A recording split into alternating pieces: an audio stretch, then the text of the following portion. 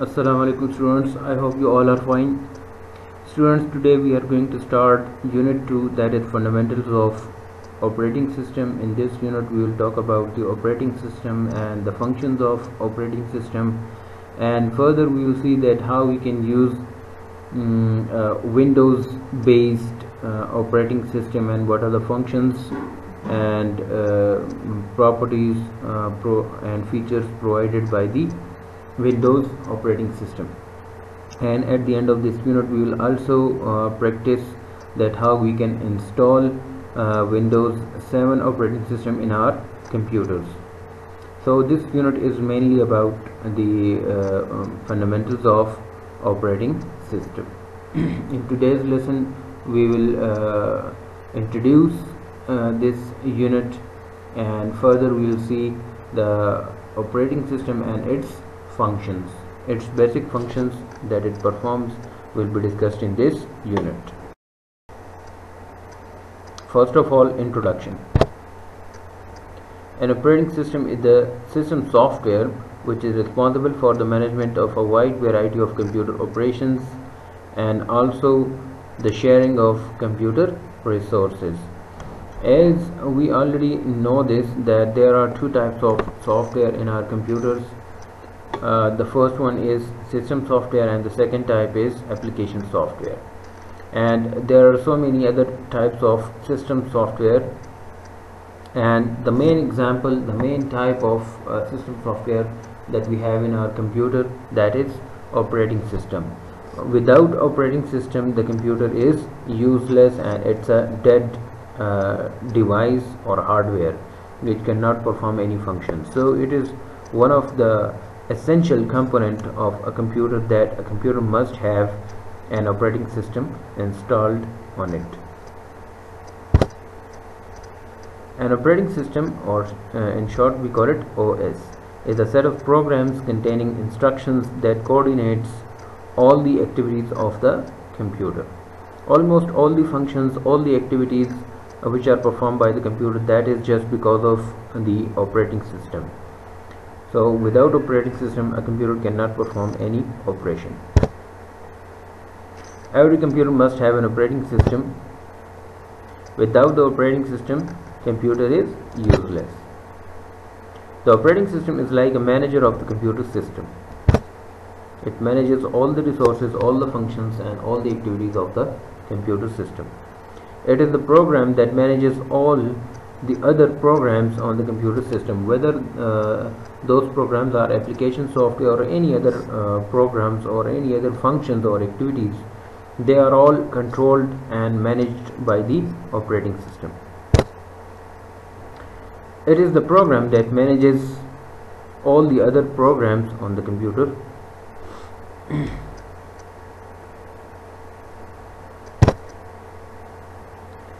Operating system works in the background, and most of the time the user will not be aware of what it is doing, because normally we interact, being a user we interact with the application softwares, and in the background the operating system is actually performing all the activities which are required by the user.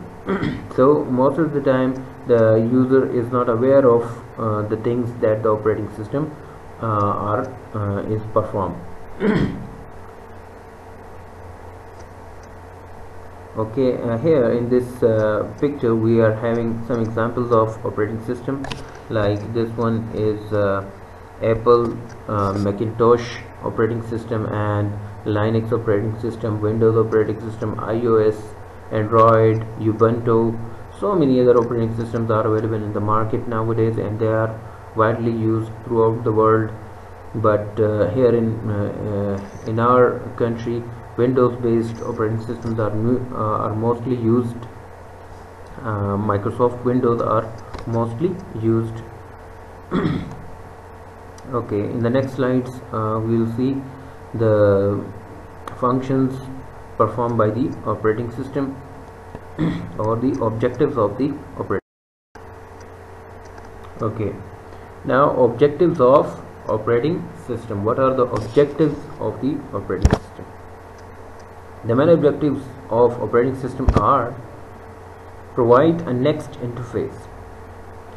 This is the operating system, I mean the modern operating system, which provides us an interface to interact with the computer easily, and it provides us an easy and understandable interface through which we can communicate with our computer, and we can use a computer. Even those people who are not computer professionals, they can also use computer very easily because they have the graphical user interface which is provided by the operating system. So that is the first objective of operating system. Transfer programs between secondary storage and main memory. Normally we are having two types of memory in our computer. The first one is secondary storage devices, which stores the data on permanent basis, and the second type is actually the primary memory or the main memory, which stores the data on temporary basis. Now this the data is transferred between these secondary and main memory or primary memories. So this transfer of data is also done by the operating system. That is also the objective of an operating system, to transfer data or program between secondary storage and main memory. Third, manage common computer hardware functions. Whatever the hardware we have in our computer, like memory, hard disk, and other devices that we have in our computer, or hardware devices that we have in our computer, those are all managed by the operating system, and that is also an objective of the operating system, to control or manage the hardware devices of computer. Manage system memory. Whatever the memory we have in our computer, whether it is a temporary memory, that is RAM, or permanent memory like hard disk, etc., all those memories are managed by the operating system. Manage processing tasks. Whatever the operations that we are doing on our computer, whatever the functions that we are performing in our computer, whatever the processes that we are running on our computers, all those operations are managed by the operating system, and the related tasks to those processes, whether they are input output tasks, all those things are managed by the operating system. Provide networking capabilities. Nowadays the computers uses different types of networks for communication. We use internet with our computers. Sometimes the computers are connected to a wireless network or wired network. Different types of networks are used with our computers. So those networking capabilities are also managed by the operating system. Control access to system resources. So system resources means the memory of the computer or the processing power of the computer. All these are different resources of the computer. If there is a printer with our computer, or scanner with our computer, or any other peripheral device attached with our computers, so those are also controlled and managed by the operating system. Manage files. The data or the files that we have in our computer, that we have saved in our computers, those are also maintained and managed by the operating system. Whenever we want to copy any files in our computer, that is the operating system which is responsible for saving or for keeping those files in different directories and folders in our computer. And whenever we want to edit or delete some file from our computer, then it is the operating system which can do this thing for us. Further, operating system provide protection facilities, like it saves our files and data from unauthorized access. That is also a type of protection and security mechanism that it provides, like for example the password protection and other virus and adware and worms protection is also provided by the operating system at some extent. So these are actually some of the objectives of the operating system that an operating system tries or achieves and in the next slide we will discuss some of the basic functions performed by the operating system. Okay, functions of operating system. Some common tasks and functions of operating systems are memory management, input-output management, file management, resource management, users management, and in your book these 5 different functions of the operating system are mentioned, but apart from these functions, the operating system performs so many other functions, like for example device management, process management, security management, error detection, coordination between software and user, job accounting, file management. All these functions are performed by the operating system. As I told you that each and every function that we perform by our computer, that is actually managed and controlled by the operating system. Okay, in the next slides we will discuss all these 5 functions mentioned in your book in more detail. First of all, memory management.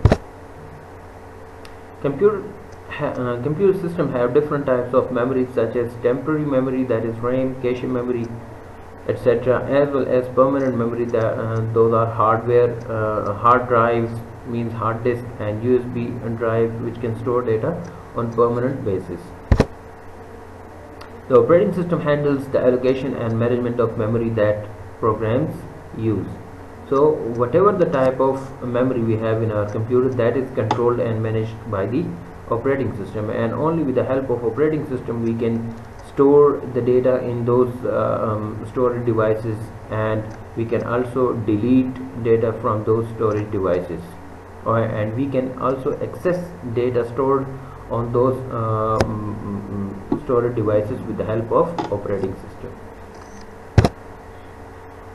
The operating system monitors programs in memory and clears them from memory when they are no longer required by the CPU. Memory means the RAM, the random access memory, or the cache memory, or the memory registers. Those are the type of primary memory in our computer, or the type of main memory in our computer. So the management of this type of memory is purely done by the operating system. Whenever we load any program or data in our computer for processing purposes, it is loaded inside the RAM, and who loads this data inside the RAM, that is the operating system. And after loading inside the RAM, the data is provided instruction by instruction to the CPU for processing. This is also done by the operating system, and once the process is finished, then the operating system clears that data or program from the RAM to free the space inside the RAM. That is also done by the operating system. That's why this whole functionality of the operating system is called memory management. Input-output management. This is also a very important function performed by the operating system. Managing the input and outputs of various devices or peripherals is also one of the critical functions of operating system. Whatever the input-output device we have, whether it is mouse, keyboard, printer, scanner, all those input-output devices are controlled and managed by the operating system, and their functionality is also managed by the operating system. With the help of device drivers, the operating system controls flow of information. There are some devices, some input-output devices, which for which the operating system does not contain built-in software or built-in drivers. So for that reason we must have to install the device driver, which is a system software for those devices. Like for example, if we have purchased some printer device, which is an output device for our computer, so we must have to install the device driver of that specific printer in our computer before using that printer with our computer or laptop. So once the driver is installed, then the operating system will easily recognize the printer and will control the functionality of the printer, and that printer will be functional for us. That's why they are saying that with the help of device drivers, the operating system controls flow of information. Here in this diagram we can see the arrangement of these four components of a computer system. Although user is not part of the computer hardware, but he is considered as a component of this whole system or process. Okay, here the computer is divided into a layered architecture, that at the lowest level we have the hardware. Hardware of the computer is considered at the lowest level, and on top of the hardware we used to install our operating system, and then on top of the operating system we used to install our application software. And as I told you that normally the users interacts with the application software. Like for example, currently I am using Microsoft PowerPoint, which is an application software, and I am only interacting with this PowerPoint application. But in the background, this is the operating system which actually maintains this connection between the application and the hardware. Whatever the commands that I am giving over here, whatever the functions that I am performing here in this application software, that is interpreted by the operating system, and then it is converted into the machine language by the operating system, and the hardware performs those functions and activities, and the operating systems shows the hardware's response to me in my understandable form, so that I can recognize that output. So that is the operating system, which actually acts like a bridge between the application and the hardware, and between the user and the hardware of the operating system. So if we think so if we consider that if there is no operating system between the application and the hardware, then it would not be possible for us to interact with the computer's hardware. So the computer will become useless and the hardware will not perform any function for us. This is only the operating system which actually acts like a bridge between the user and application and the computer hardware.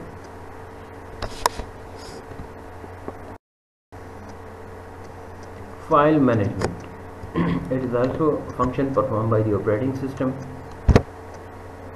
Operating system provides a file management service which allows the user to locate and manipulate data files which are stored on the hard disk. Manipulation means whether you want to add some other files in your directories or folders, that is also allowed by the operating system, or whether you want to delete some files from the operating system, that is also possible by the operating system.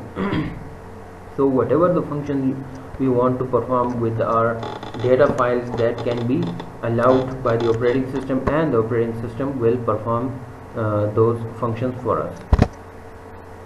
The operating system keeps track of the locations of all the files. In modern operating systems, there are specific graphical icons for each and every type of file, so that we can recognize the nature of the file or the type of the file easily. That is also done by the operating system. Further, the files, directories, folders, all these things are arranged in a hierarchical order for us, so that we can easily track our files. This is also provided by the operating system. If a user wants to move, rename or delete a file, the operating system helps the user.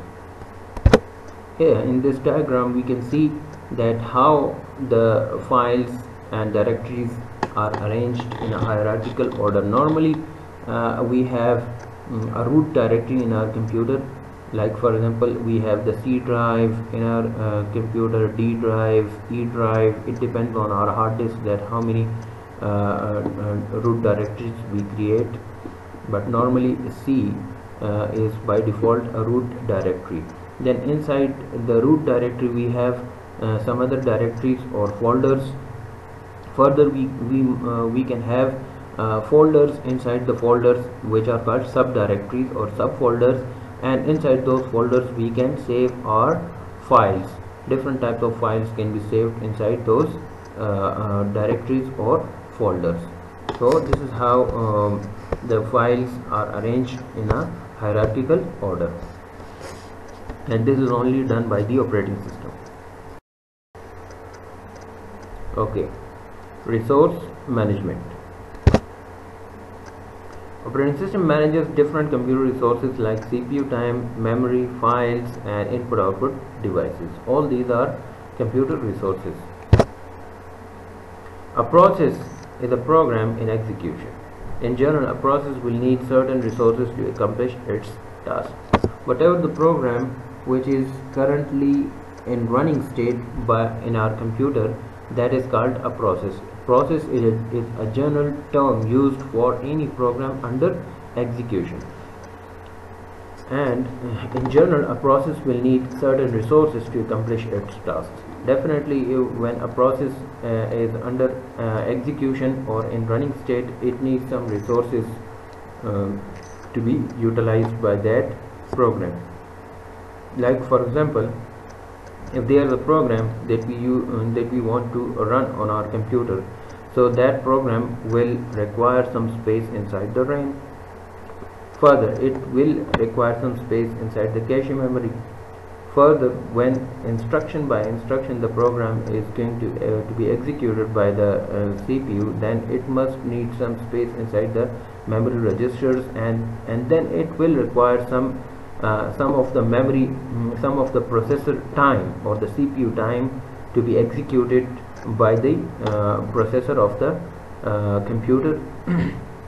So these are some resources of the computer system which will definitely be required by a program under execution. And sometimes whenever we are running any program on our computer, then at the time of execution it needs some input and output responses, or it needs some input output operations to be done.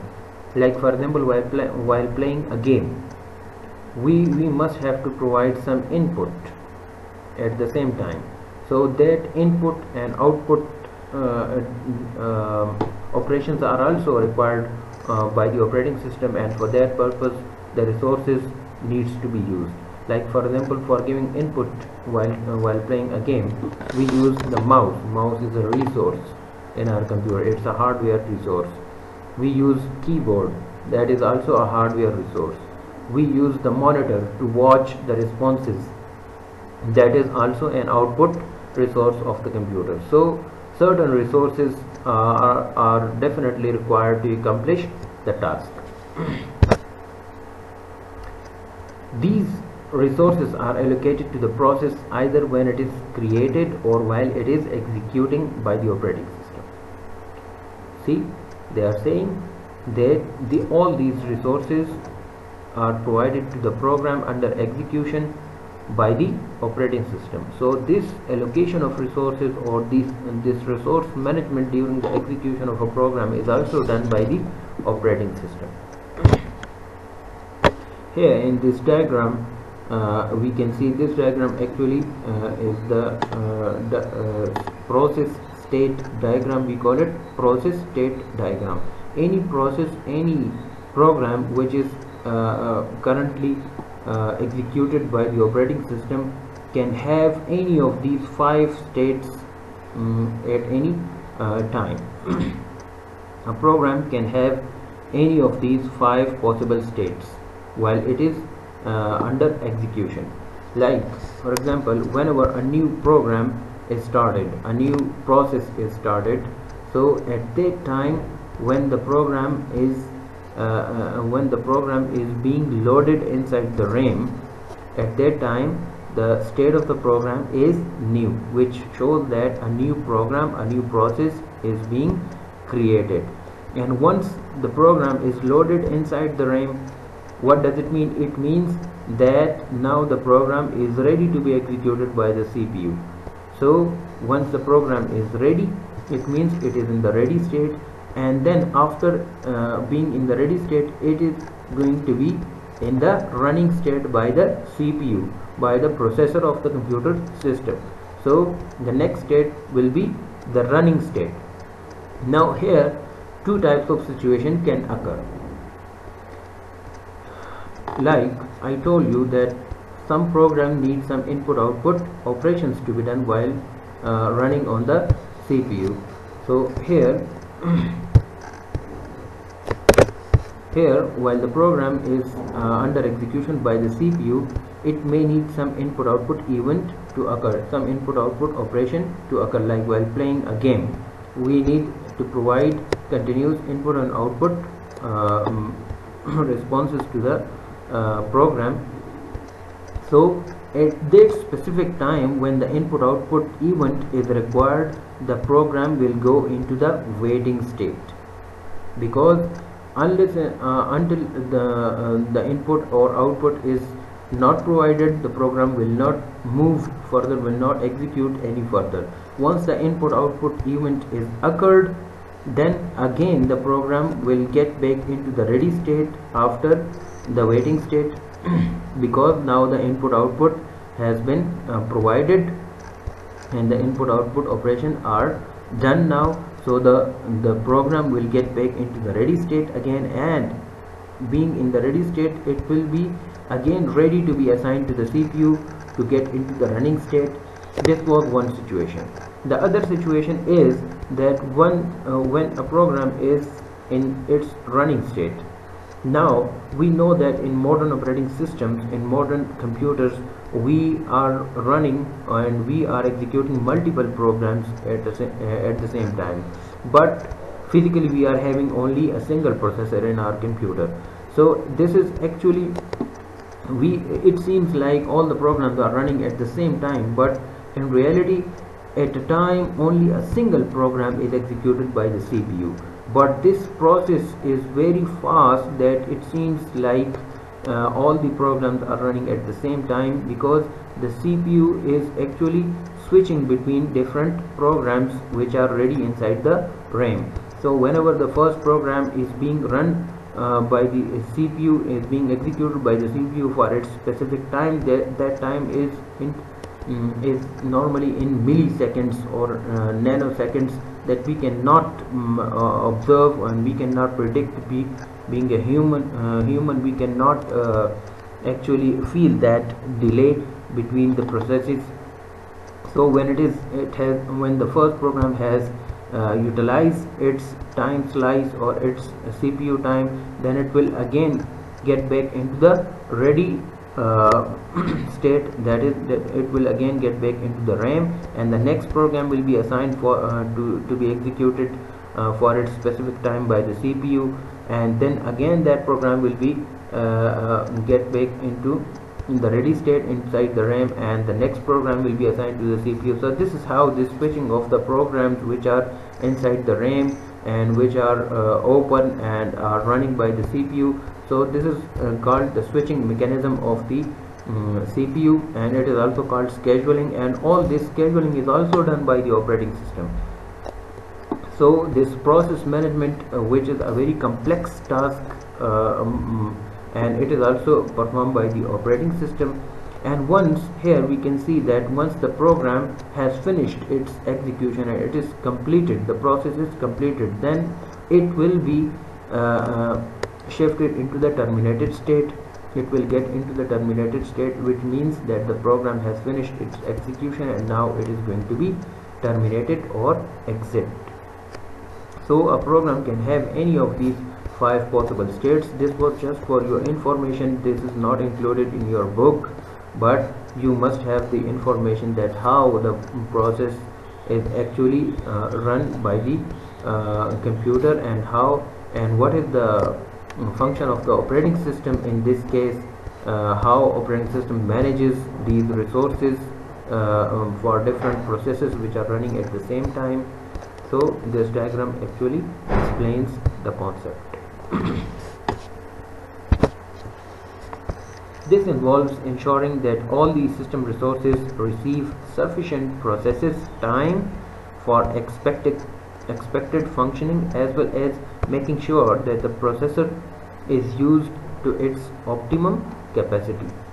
See, if there is a small process which is running by the CPU, and we have a high processing power CPU in our computer, but we are waiting for that single small process to be completed, and then after that we will assign the next process. So this is just the waste of time plus the waste of CPU's power and capability. Optimum capability means that the optimization of the resources must be provided by the operating system. So that's why the CPU time is divided among several programs, so that the computer is able to execute several programs at the same time. So that is called optimization of the computer's resources. I hope you have understood the concept of this resource management. It's a bit complex, but you should understand this concept, and you can also search about the process management or resource management function of the operating system on the internet or on YouTube. You will get some useful information over there. Okay.